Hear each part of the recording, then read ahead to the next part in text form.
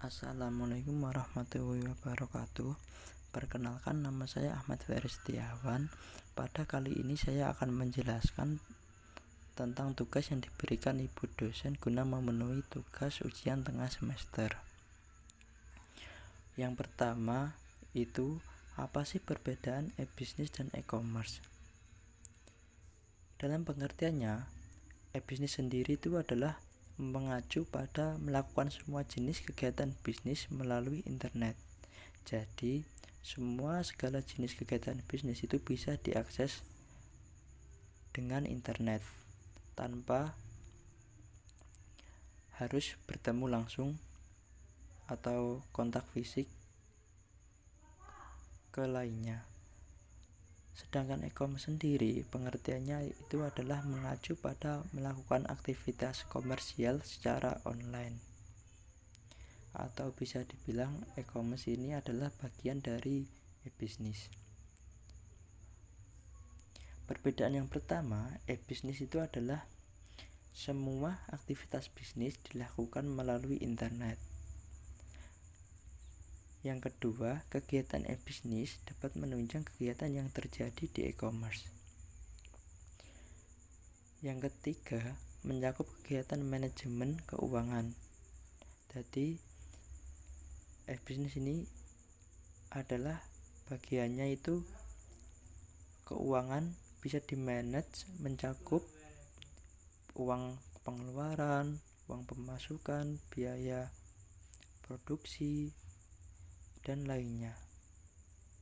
Dan yang terakhir atau yang keempat, e-bisnis itu memiliki pendekatan ambivert.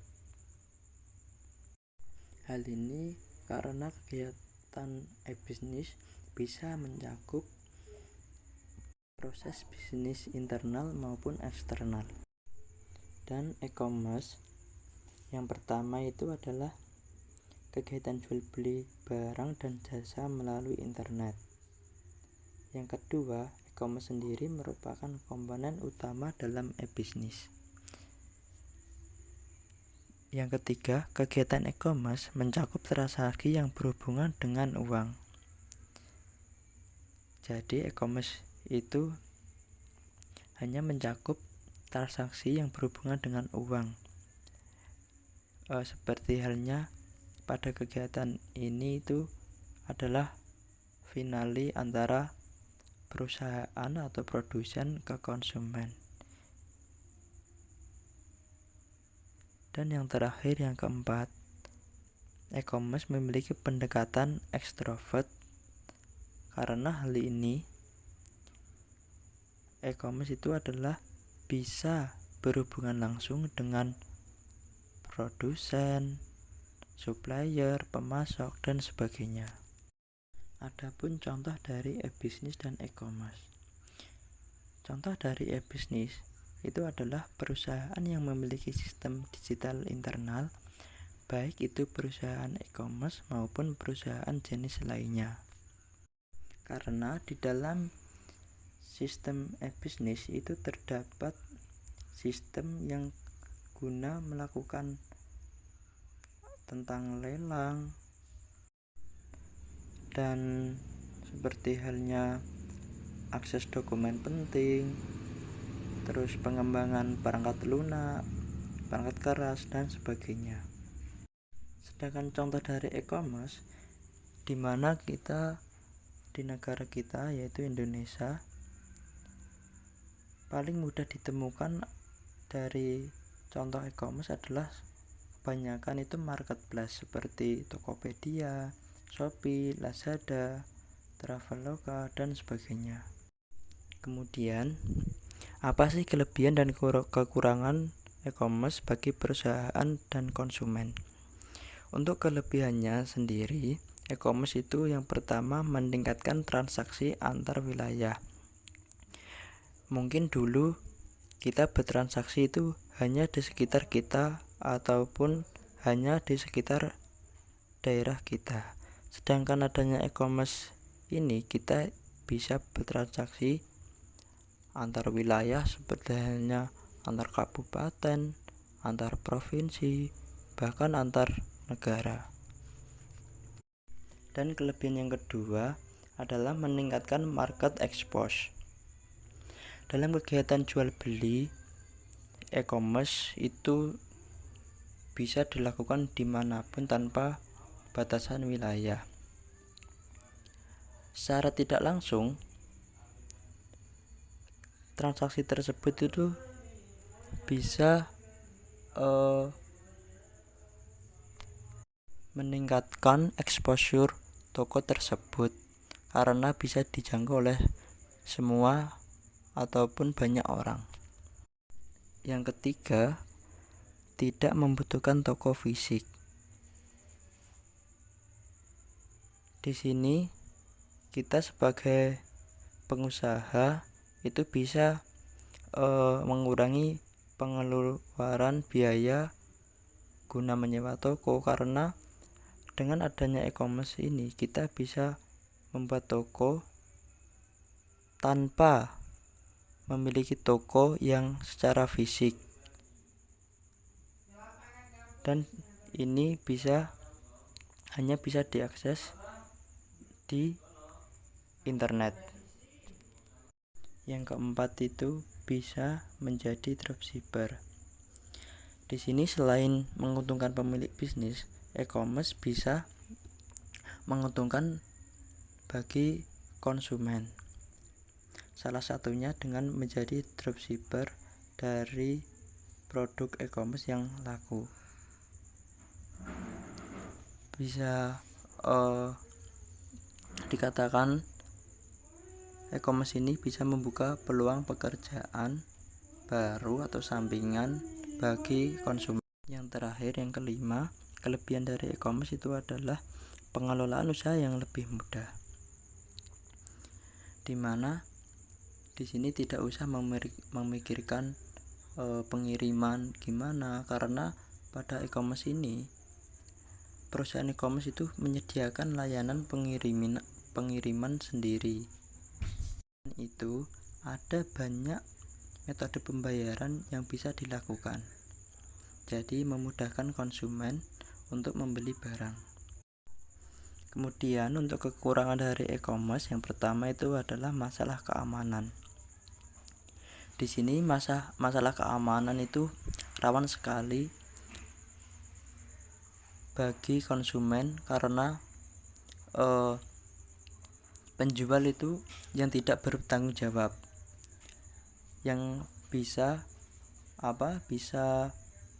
merugikan konsumen, seperti halnya penipuan, barang tidak sesuai di foto atau di etalase penjual, ataupun transaksi palsu. Dan kekurangan yang kedua adalah ketidaksesuaian produk.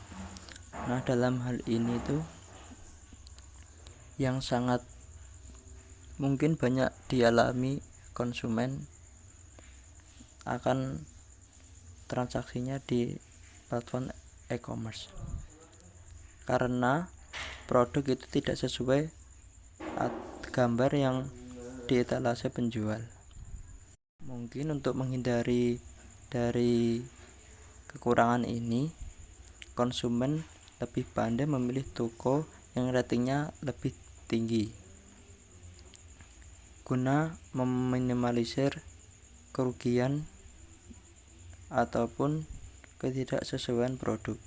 Yang ketiga, kekurangan dari e-commerce ini adalah kerugian yang tidak terduga. Hal ini bisa diakibatkan karena banyak dari penjual atau toko itu melakukan penipuan, sehingga akan menciderai atau membuat pandangan konsumen akan e-commerce tersebut kebanyakan penipuan gitu. Selanjutnya, apa sih contoh penggunaan e-bisnis di Indonesia? Di Indonesia itu banyak contoh penggunaan e-bisnis di era sekarang. Di antaranya itu adalah Gojek dengan berbagai pemesanan via aplikasi. Gojek adalah suatu layanan ojek online pertama yang bergerak di Indonesia dengan memberikan kemudahan mobilitas untuk mereka yang memang tidak mempunyai kendaraan pribadi. Jadi tentang kemajuan zaman, bagi mereka yang tidak memiliki kendaraan pribadi itu bisa mendapatkan layanan hanya dengan metode aplikasi ataupun internet yang akan memudahkan bagi konsumen untuk memenuhi kebutuhannya. Di sini Gojek berhasil membuat proses menunggu alat transportasi konvensional dan melakukan kegiatan tawar-menawar menjadi lebih cepat dan juga sederhana. Cara Gojek ini adalah dengan menyediakan jasa layanan pemesanan satu sentuhan menggunakan aplikasi, jadi lebih efektif ya, ataupun lebih simpel. Kemudian apa maksud dari penciptaan value creation pada e-commerce terletak pada potensi value enhancement dan cost reduction. Perusahaan itu menciptakan nilai lebih pada e-commerce secara efisien dan banyak manfaat di dalamnya untuk disampaikan kepada pelanggan saat ini atau masa depan yang akan membeli produk dari perusahaan atau layanan mereka. Dengan mempengaruhi hal ini, kita akan memperoleh pemahaman yang benar tentang apa yang dilakukan dan diusahakan oleh suatu perusahaan, sehingga dapat memberikan solusi e-bisnis yang tepat untuknya. Dan dengan terlaksananya value creation, pemilik usaha atau perusahaan tidak perlu mengeluarkan biaya yang berlebihan dalam menyediakan banyak toko atau gedung serta pegawai yang berlebihan, dan dapat mencakup jangkauan yang lebih luas. Hal ini dapat meningkatkan keuntungan dan menurunkan biaya operasional perusahaan. Kemudian, apa sih pendapat Anda tentang fenomena Tokopedia dan proyeksi perkembangannya, yang mana jika dilihat dari kerugian Gojek Tokopedia pada tahun 2022. Pada tanggal 17 Agustus 2009, mereka meluncurkan Tokopedia dengan misi pemerataan ekonomi secara digital dalam 13 tahun terakhir ini. Kami mendorong pemerataan ekonomi digital dengan memotivasi masyarakat Indonesia untuk mulai berjualan secara online. Inisiatif ini dilakukan dengan membangun platform atau e-commerce yang memungkinkan setiap orang dapat memulai dan menemukan apapun dan dimanapun. Dengan misi untuk mendorong kemajuan, Tokopedia dan Gojek atau Goto menyatukan kekuatan dengan menggabungkan layanan e-commerce, on demand, serta layanan keuangan dan pembayaran. Dan dalam perjalanannya sendiri, Gojek Tokopedia mengalami fenomena penyusutan harga saham setelah penguncian atau lock-up saham berakhir tersebut secara akumulasi. Harga saham telah menyusut 29,08% dalam waktu sepekan dan menurun 70,4% dibanding harga awal ketika penawaran umum perdana saham atau Initial Public Offering atau IPO yang sebesar Rp338. Dengan berakhirnya periode pengujian atau lock-up saham, ada kenaikan jumlah saham di pasar yang mengakibatkan peningkatan transaksi jual beli saham. Penurunan harga saham dapat disebabkan oleh beberapa hal. Salah satunya, investor awal membeli di harga saham lebih rendah kemudian merealisasikan keuntungan. Selain itu, dapat pula karena faktor berakhirnya masa investasi atau fund life untuk investor finansial. dan kebutuhan likuiditas di akhir tahun atau kebutuhan likuiditas lainnya. Mungkin dari banyak variabel di atas, ini merupakan hal-hal di luar kontrol dan di luar pengetahuan perusahaan, sehingga pada masa tertentu perusahaan ini memiliki nilai pasar yang rendah. Sekian dari penjelasan saya. Terima kasih.